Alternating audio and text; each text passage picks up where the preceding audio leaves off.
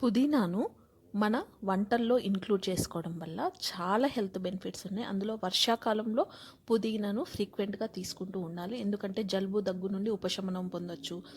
Digestion కూడా చాలా బాగుంటుంది. శ్వాస సంబంధ సమస్యలు కూడా తగ్గుతాయి. ముందుగా పుదీనా ఆకుల్ని ఒక మిక్సీ జార్లోకి తీసుకొని అందులోకి రుచికి సరిపడా పచ్చిమిర్చి, అల్లము, వెల్లుల్లి, టమాటో ముక్కలు వేసుకొని మెత్తగా మిక్సీ చేసుకోవాలి. తర్వాత ఒక గిన్నె స్టవ్ మీద పెట్టుకొని నెయ్యితోటి చేసుకుంటే చాలా టేస్టీగా ఉంటుంది.